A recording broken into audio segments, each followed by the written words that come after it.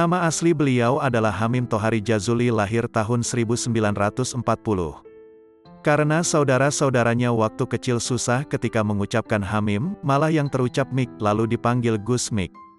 Beliau putra ketiga pasangan Kiai Haji Ahmad Jazuli Usman, pendiri pesantren Al-Falah Ploso Kediri, dengan Nyai Rodiah.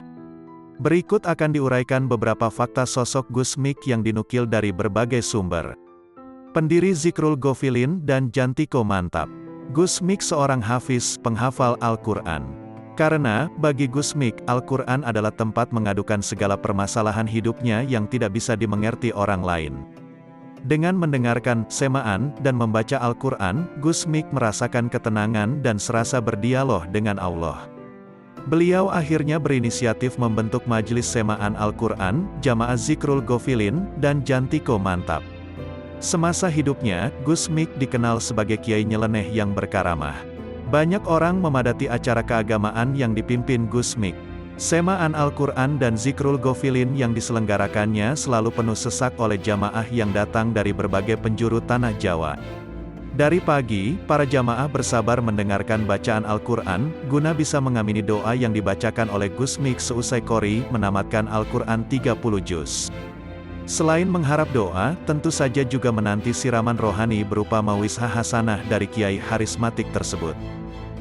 Sejak kecil dikenal nyeleneh tapi lembut hatinya. Semasa hidupnya, Gus Mik memang dikenal nyeleneh, bahkan juga oleh keluarganya sendiri. Hal seperti ini sudah tampak sejak kecil. Konon, ketika masih mondok di Lirboyo, Gus Mik dititipkan kepada Kiai Haji Mahrus Ali. Dasar anak nyeleneh, Gus Mik malah jualan jamu di pasar Warujayeng Nganjuk. Bahkan kakaknya, Gus Din, Kiai Haji Zainuddin Jazuli, selama hampir 2 tahun tidak pernah bertemu dengan adiknya yang nyeleneh itu. Gus Mik sejak kecil adalah pribadi yang sangat halus dan lembut, cerminan kehalusan dan kelembutan hatinya. Tutur kata dan tingkah lakunya penuh kesopanan dan mengagumkan, membuat siapa saja yang berada di dekatnya merasa teduh, tenang, dan damai. Ketika berjalan, Gus Mik kecil selalu menundukkan muka, seakan mencerminkan kerendahan hatinya. Langkahnya pelan, penuh kehati-hatian dan ketenangan, membuat orang yang melihatnya terpukau dalam keanggunan dan keheningan perilakunya. Gus Mik lebih suka menyendiri dibanding harus berdekatan dan bercengkrama dengan saudara-saudaranya, ibu, atau para santri. Ini seolah menyimpan misteri yang tidak terjawab. Karena ia sangat pendiam, Gus Mik lebih asyik bermain sendiri daripada harus bermain dengan saudara-saudara atau teman sebayanya. Gus Mik kecil memiliki hobi yang bisa dibilang aneh. Dia sangat senang mengamati penjual wenter, cat warna, di pasar dan baru akan pulang saat penjual wenter itu tutup, yang kemudian di rumah dia menirukan gaya penjual wenter sambil berteriak-teriak. Gus Mik juga sangat senang melihat orang memancing di belakang pondok. Para pemancing itu senang, karena setiap ada Gus Mik, ikan-ikan pada bergerombol. Selain itu, Gus Mik kecil juga memiliki suara yang merdu, lebih menonjol dibanding saudaranya yang lain pada saat bersama-sama mengaji Al-Quran. Bacaannya fasih, mendayu-dayu, dan mampu menyejukkan hati pendengarnya. Dalam pendidikan, terutama Al-Quran, Gus Mik untuk pertama kali dibimbing langsung oleh ibunya, Nyai Rodiah, selanjutnya diserahkan kepada Ustadz Hamzah. Proses belajar itu tak berlangsung lama, baru mendapat 1 juz, Gus Mik sudah minta khataman. Menurut cerita, dari sekian banyak putra Kiai Haji Jazuli yang dihatami Alfiyah dengan syukuran hanya Gus Mik saja. Ini karena Gus Mik jarang masuk sekolah dan lebih banyak keluyuran tapi bisa hatam Alfiyah. Tentunya ini sesuatu yang luar biasa. Selain juga untuk memotivasi Gus Mik agar lebih giat lagi. Tapi Gus Mik masih sama seperti sebelumnya, di saat saudara dan teman-temannya mengaji, Gus Mik hanya keluyuran dan bermain-main atau tidur-tiduran di samping Kiai Haji Jazuli yang sedang mengaji. Perhatian sang ayah kepada Gus Mik memang berbeda dibanding kepada putranya yang lain. Kiai Haji Jazuli hanya akan memulai mengaji jika putra-putranya sudah berkumpul, dan jika tidak mau mengaji, maka beliau akan marah sekali, tapi jika Gus Mik yang tidak mau mengaji, maka Kiai Haji Jazuli membiarkannya saja. Pernah suatu ketika Gus Mik disuruh mengaji oleh sang ayah. Tapi Gus Mik hanya memanggul kitabnya dan mengelilingi Kiai Haji Jazuli sebanyak 3 kali. Kemudian dia mengatakan bahwa dirinya telah mempelajarinya, lalu pergi. Melihat tingkah Gus Mik itu, Kiai Haji Jazuli hanya diam dan tersenyum. Pada umur 13 tahun, Gus Mik terpaksa mondok ke Lirboyo, Kediri, setelah Kiai Haji Mahrus Ali datang menjemputnya di Ploso untuk memintanya nyantri di pesantrennya. Namun pendidikan Gus Mik di Lirboyo hanya bertahan 16 hari lalu beliau boyong. Kepulangan Gus Mik yang mendadak ke pondok pesantren Ploso membuat orang tuanya resah karena ia tidak mau untuk melanjutkan belajarnya di pesantren Lirboyo. Namun, Gus Mik mampu menunjukkan bahwa selama belajarnya di pesantren Lirboyo beliau melakukannya dengan sungguh-sungguh. Beliau buktikan kepada orang tuanya dengan cara menggantikan semua jadwal pengajian yang biasa diasuh oleh abahnya di Ploso, seperti kitab Fathul Qorib, kitab fikih tingkat dasar, Fathul Muin, kitab fikih tingkat menengah, Jamul Jawami, kitab usyul fikih tingkat menengah, Sahih Bukhari, Sahih Muslim, Tafsir Jalalain, Iqna, kitab fikih penjabaran dari Fathul Qorib, Ihya Ulumuddin, kitab tasawuf. Pada titik ini orang tuanya mengakui adanya karamah, kelebihan, kewalian pada sosok anaknya. Setelah menunjukkan kemampuannya kepada orang tuanya, beberapa bulan kemudian Gus Mik memutuskan untuk belajar lagi di pesantren Lirboyo. Di pesantren tersebut beliau cukup rajin dalam mengikuti pengajian. Namun, beliau mempunyai kebiasaan yang sulit dihilangkan sejak di Ploso, yaitu ketika santri lain sedang sibuk mengaji, ia hanya tidur dan meletakkan kitabnya di atas meja. Meski demikian, ketika gurunya menanyakan materi yang disampaikan, Gus Mik selalu mampu menjawabnya dengan memuaskan. Dakwah ke orang pinggiran dan ahli maksiat. Tidak seperti kiai pada lazimnya yang berdakwah kepada santri-santri di pesantrennya atau masyarakat di sekitarnya. Beliau berdakwah ke tempat-tempat pelacuran, ke sarang-sarang penyamun dan bajingan. Bahkan, waliullah sekelas Kiai Hamid mengaku tidak mampu berdakwah ala Gus Mik. Sebagaimana sosoknya yang nyeleneh dan nyentrik, medan dakwahnya pun nyentrik alias tidak lazim. Medan dakwah beliau jauh dari kamera dan media. Hampir tiap malam beliau menyusuri jalan-jalan di kota-kota Jawa Timur, mampir di warung kopi, nimbrung dengan tukang-tukang becak, keluar masuk nightclub atau dugem, berbaur dengan lonte-lonte dan mucikari yang masih dalam kegelapan jalan akhirat. Pernah suatu ketika Gus Farid, anak Kiai Haji Ahmad Siddiq yang sering menemani Gus Mik, mengajukan pertanyaan yang sering mengganjal di hatinya. Bagaimana perasaan Gus Mik tentang wanita? Tanya Gus Farid. Aku setiap kali bertemu wanita walaupun secantik apapun dia dalam pandangan mataku yang terlihat hanya darah dan tulang saja. Jadi, jalan untuk syahwat tidak ada, jawab Gus Mik. Gus Farid juga menanyakan tentang kebiasaan Gus Mik memakai kacamata hitam baik itu di jalan maupun saat bertemu dengan tamu. Apabila aku bertemu orang di jalan atau tamu, aku diberi pengetahuan tentang perjalanan hidupnya sampai mati. Apabila aku bertemu dengan seseorang yang nasibnya buruk, maka aku menangis, maka aku pakai kacamata hitam agar orang tidak tahu bahwa aku sedang menangis, jawab Gus Mik. Gus Dur pernah berkata Gus Mik sering terlihat berziarah ke makam Syekh Ihsan Jampes, Kediri, 40 hari sekali. Syekh Ihsan dikenal sebagai ulama yang sangat rajin menulis kitab-kitab agama. Atau berziarah ke makam Mbah Mesir di Trenggalek, pembawa tarekat Syaziliyah, 2 abad lampau. Menurut Gus Dur, Gus Mik mengidolakan ulama yang peduli kepada kaum duafa atau kaum lemah. Wali jazab yang rajin ziarah dan hobi mancing. Hobinya di samping ziarah ke makam-makam wali yang beliau kenal dan ketahui juga suka mancing di sungai. Mungkin karena di sungai itu beliau sering bersua dengan gurunya, Nabi Khidir. Dikisahkan juga ketika beliau mondok ke pesantren Kiai Dalhar tahun 1954-an. Setelah sampai di pesantrennya, Gus Mik tidak langsung mendaftarkan diri menjadi santri, tetapi hanya memancing di kolam pondok yang dijadikan tempat pemandian. Hal itu sering dilakukannya pada setiap datang di Watu Congol. Kebiasaannya memancing tanpa memakai umpan, terutama di kolam tempat para santri mandi dan mencuci pakaian membuat Gus Mik terlihat seperti orang gila di mata orang yang belum mengenalnya. Setelah beberapa bulan dengan hanya datang dan memancing di kolam pemandian, beliau baru menemui Mbah Dalhar dan meminta izin untuk belajar. Singkat cerita, Mbah Dalhar akhirnya mau menerima Gus Mik sebagai muridnya, khusus untuk belajar Al-Quran. Akan tetapi, Gus Mik tidak hanya sampai di situ saja, ia berulang kali juga meminta berbagai ijazah izin amalan untuk menggapai cita-cita, tanggung jawab, dan ketenangan hidupnya. Seolah ingin menguras habis semua ilmu yang ada pada Mbah Dalhar, terutama dalam hal kapasitasnya sebagai seorang wali, mursyid tarekat, dan pengajar Al-Quran. Gus Mik juga seolah ingin mempelajari bagaimana seharusnya menjadi seorang wali, apa saja yang harus dipenuhi sebagai seorang mursyid dan seorang pengajar Al-Quran. Setiap kali Gus Mik meminta tambahan ilmu, Mbah Dalhar selalu menyuruhnya membaca Al-Fatihah. Apapun bentuk permintaan Gus Mik, gurunya itu menyuruhnya untuk mengamalkan Al-Fatihah. Oleh karena itu, Gus Mik pernah berkata kepada Hadam, asistennya, kalau ingin ketemu saya, baca Al-Fatihah 100 kali. Menempuh dua kehidupan. Gus Dur menyebut Gus Mik sebagai seorang manusia yang menempuh dua pola kehidupan sekaligus. Kehidupan tradisional orang pesantren yang tertuang dalam rutinitas semaan, mendengarkan Al-Quran, dan gepiarnya kehidupan dunia hiburan modern, seperti mendatangi tempat-tempat diskotik dan nightclub. Apakah hal ini kontradiktif?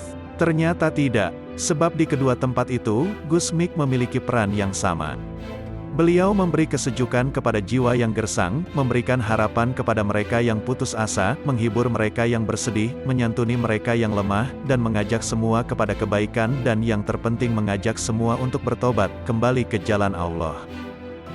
Gus Mik dan tiga preman Tanjung Priok. Ustaz Suhaimi bercerita pada suatu hari di bilangan Tanjung Priok pada tahun 1996 ada tiga preman yang kerjaannya memalak setiap truk kontainer yang masuk pelabuhan. Hasil palakannya digunakan untuk mabuk-mabukan, main perempuan atau berjudi. Hingga pada suatu hari datanglah seorang pria mengenalkan dirinya bernama Gus Mik. Lantas pria itu ngobrol ngalor ngidul tentang banyak hal, mulai dari masalah politik, ekonomi, hingga menyentuh masalah agama. Begitu lembut dan inteleknya pria itu berbicara, hingga akhirnya ketiga preman itu mulai tertarik dengannya. Apalagi pria itu orangnya asyik diajak gaul ala preman dan suka mentraktir makan, minum dan rokok. Hingga akhirnya masuk waktu salat zuhur, lantas Gus Mik mengajak ketiga preman itu untuk ikut salat. Pada mulanya mereka menolak, tapi Gus Mik merayunya dengan iming-iming barang siapa yang mau salat dengannya, maka akan dikasih uang Rp50.000, uang segini besar pada waktu itu. Maka walaupun terpaksa akhirnya ketiga preman ini mau ikut salat di belakang Gus Mik, tentu saja niatnya demi mendapat uang. Begitulah setiap waktu salat, pasti mereka salat berjamaah bersama teman barunya, Gus Mik. Kejadian ini berlangsung hingga 3 bulan lamanya. Hingga pada akhirnya ada kesadaran tersendiri bagi tiga preman itu untuk salat, apalagi Gus Mik juga mengajarkan masalah agama yang selama ini belum pernah mereka dengar. Dan memasuki bulan keempat, Gus Mik sudah tidak menemui tiga preman tersebut. Tentu saja mereka kalang kabut, karena sudah terbiasa salat berjamaah bersama Gus Mik. Mulai ada kerinduan dari ketiga preman itu akan sosok pria misterius yang selama ini selalu mengajak mereka kepada kebaikan dan mengajarkan mereka tentang masalah agama. Rupanya tingkah mereka menarik perhatian Ustaz Suhaimi yang ketika itu baru pulang dari acara maulid di Masjid Luar Batang. Lalu sang ustaz menghampiri mereka di teras masjid dan menanyakan banyak hal. Kemudian tiga preman itu bercerita tentang perjumpaan mereka dengan seorang pria misterius yang membuat mereka akhirnya mulai mendalami masalah agama. Betapa kagetnya Ustaz Suhaimi ketika mendengar nama Gus Mik disebut oleh mereka. Lantas sang ustaz yang saat itu membawa buku saku tentang Zikrul Ghafilin memperlihatkan foto seorang ulama kepada ketiga preman itu. Apakah pria misterius itu seperti orang ini?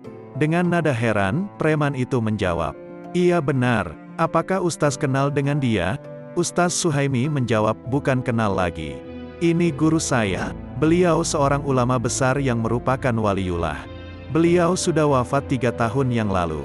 Seperti tersambar petir, terkejut bukan kepalang tiga preman ini mendengar penjelasan Ustaz Suhaimi.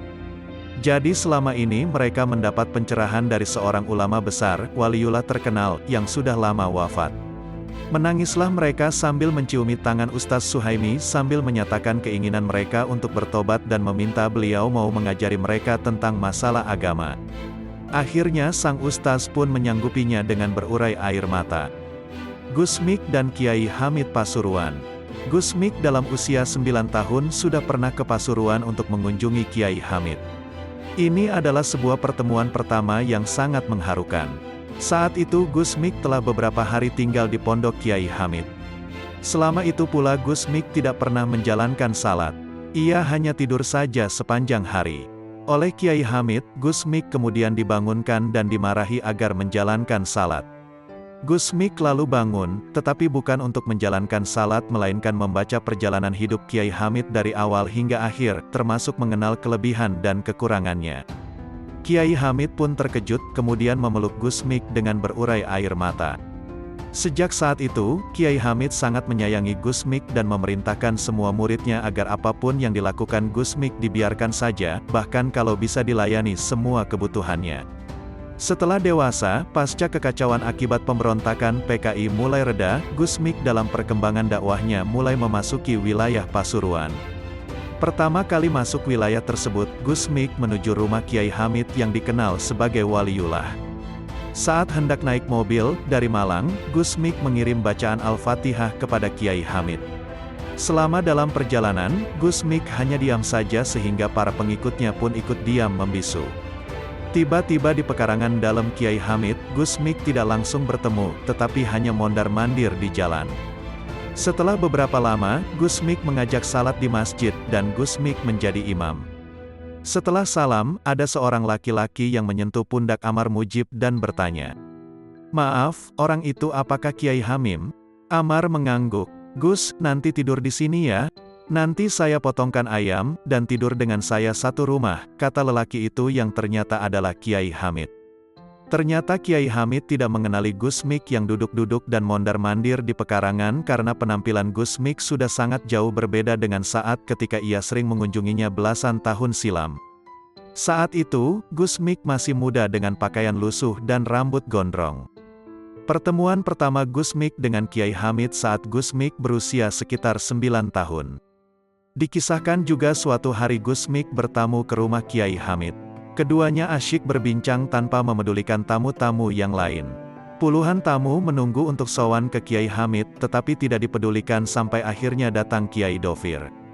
"Mit, Hamid." Kiai Dofir memanggil. Gus Mik terlihat sangat marah, mukanya merah padam, matanya tajam menatap Kiai Dofir. Gus Mik dengan tergesa-gesa pamit pulang. Dalam perjalanan, Gus Mik dengan nada emosi berkata, "Masya Allah, siapa tamu tadi, kok tidak punya tata karamah?" Mungkin karena Kiai Hamid keponakannya, Amar menanggapi emosi Gus Mik. "Walaupun keponakannya, saya tidak terima. Kiai Hamid itu kiai dan juga termasuk wali," jawab Gus Mik masih dalam keadaan emosi. Setelah emosinya mereda, Gus Mik berkata, "Mar, kata Kiai Hamid, wali di sini yang paling tinggi adalah Hussein, orangnya hitam." Tetapi, Wali Hussein berkata bahwa wali yang paling tinggi di sini adalah Kiai Hamid. Gus Mik dan Gus Dur. Mantan Presiden RI keempat, Kiai Haji Abdurrahman Wahid yang sangat akrab dan menaruh hormat kepada Gus Mik pernah mengisahkan kejadian menarik tentangnya. Di beranda sebuah surau di Tambak, Mojo, Ploso, Kediri, Gus Dur berhasil menemui Gus Mik. Tadinya, sebelum sampai di surau itu, Gus Dur membuntuti mobil yang ditumpangi Gus Mik dari kejauhan. Setelah membelok ke barat dan kemudian ke utara melalui paralel, akhirnya mobil itu berhenti di depan surau itu. Dan ketika Gus Dur sampai di surau itu, Gus Mik sudah meninggalkan mobilnya, sudah berada di dalam surau. Dari beranda surau, Gus Mik menunjuk sebidang tanah yang bersebelahan dengan pekarangan surau. "Di situ nanti Kiai Ahmad akan dimakamkan. Demikian juga saya. Dan nantinya sampeyan," kata Gus Mik kepada Gus Dur. Dikatakan Gus Mik bahwa tanah itu sengaja dibelinya untuk pemakaman para penghafal Al-Quran. Gus Dur mengatakan kepadanya bahwa dirinya bukan penghafal Al-Quran. Gus Mik menjawab, "Bagaimanapun sampeyan harus dikuburkan di situ." Belakangan diketahui bahwa Kiai Ahmad yang dimaksudkan oleh Gus Mik dalam obrolan dengan Gus Dur itu adalah Kiai Haji Ahmad Sidik, mantan Rais AM PBNU yang juga pengasuh Pondok Pesantren As-Sidikiyah Jember.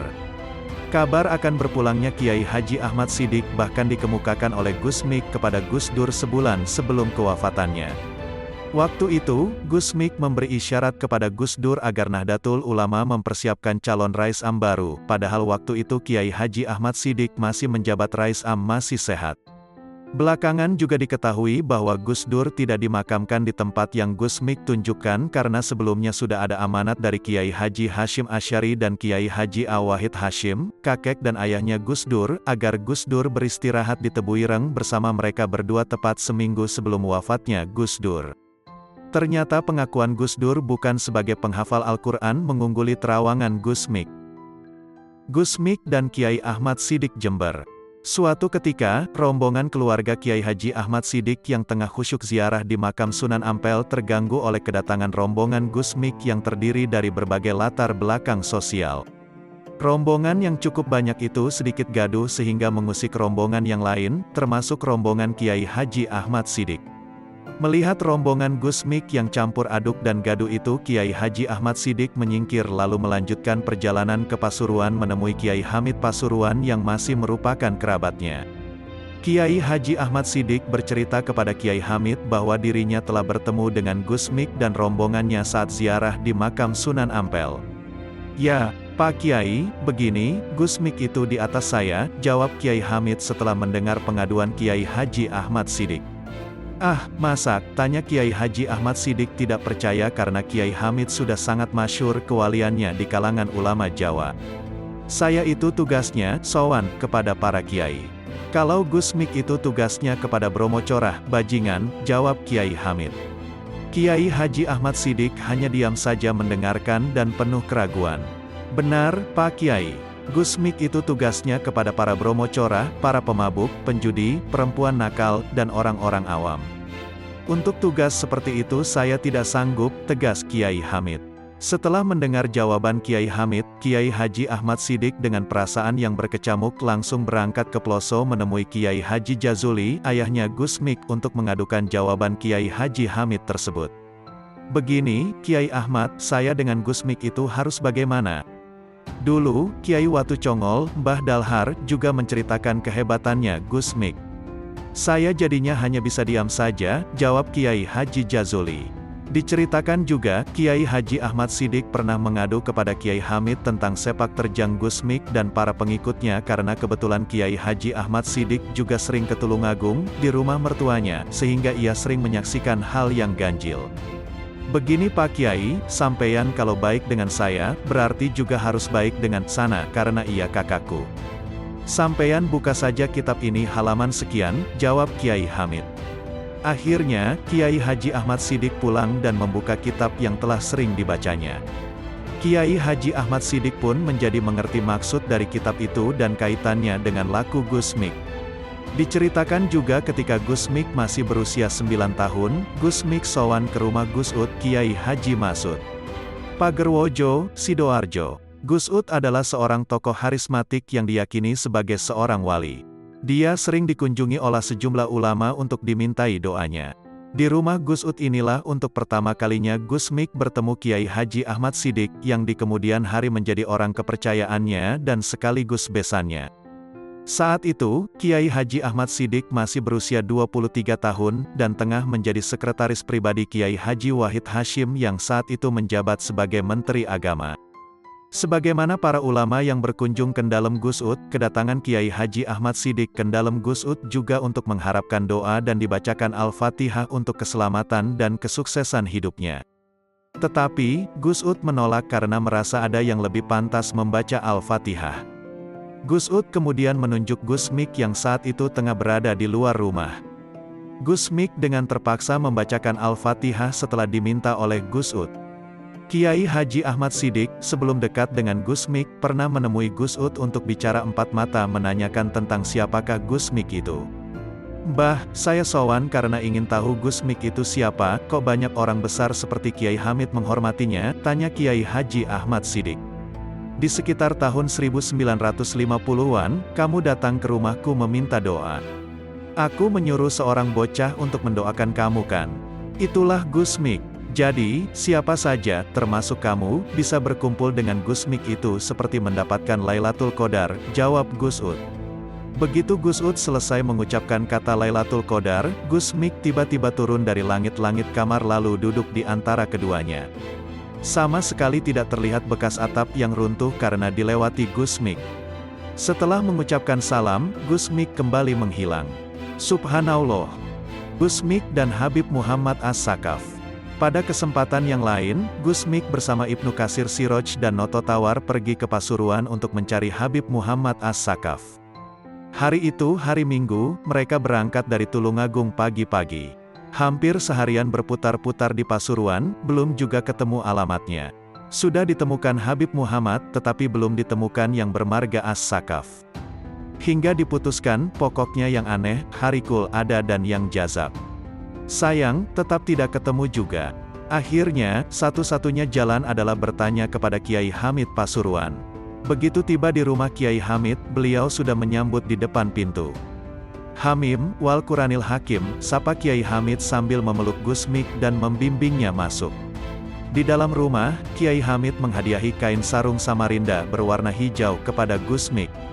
Ini Gus, saya beri sarung, silakan salat dulu, kata Kiai Hamid. Gus Mik dan kedua pengikutnya kemudian menuju ke masjid. Ketika saatnya mendirikan salat, Gus Mik hilang dari pandangan. Dicari-cari tetap tidak ketemu. Akhirnya, keduanya salat kecuali Gus Mik, tetapi begitu mengucapkan salam, ternyata Gus Mik sudah duduk bersila di sebelah kasir. Sehabis salat, keduanya menemui Kiai Hamid. Wah, Gus, sampeyan telat. Tadi malam, tepat malam Jumat, saya hataman Riyad Asy-Syalihin dan didatangi Kanjeng Nabi, kata Kiai Hamid. Gus Mik hanya tersenyum. Kiai Hamid kemudian berdiri mengambil sesuatu di atas sebuah jam besar, lalu mengulurkan tangannya kepada Gus Mik dan kedua pengikutnya. Kiai Haji Hamid menyuruh Gus Mik mengambil satu, demikian juga dengan yang lain, lalu kemudian memintanya kembali.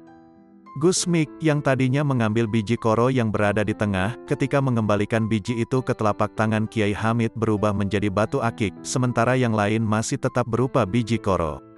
Kemudian Kiai Hamid mengembalikannya kepada masing-masing.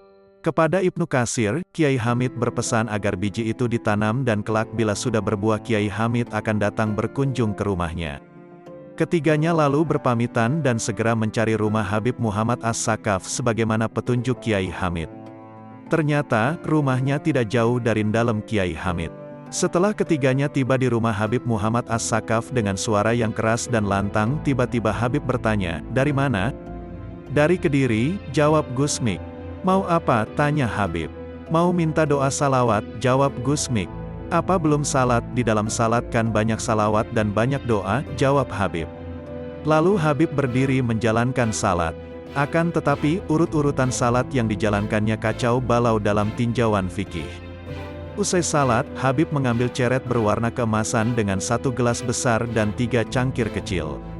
Habib menuangkan kopi jahe khas Arab, lalu memberikan yang paling besar kepada Gus Mik dan disuruh menghabiskannya. Begitu Gus Mik meminum habis isi gelas besar itu, Habib kembali menuangkan sampai penuh, kembali Gus Mik menghabiskan. Kejadian tersebut terus berulang sehingga kedua pengikut Gus Mik menjadi keheranan, bagaimana mungkin ceret sekecil itu mempunyai isi yang sedemikian banyak, dan betapa kasihan Gus Mik harus meneguk minuman yang tidak enak di lidah dan di perut itu sedemikian banyak, meski demikian seolah-olah Gus Mik tidak merasakan apa-apa. Setelah puas saling membuktikan kemampuannya, Habib As-Sakaf meminta Gus Mik berdoa dan beliau mengamininya.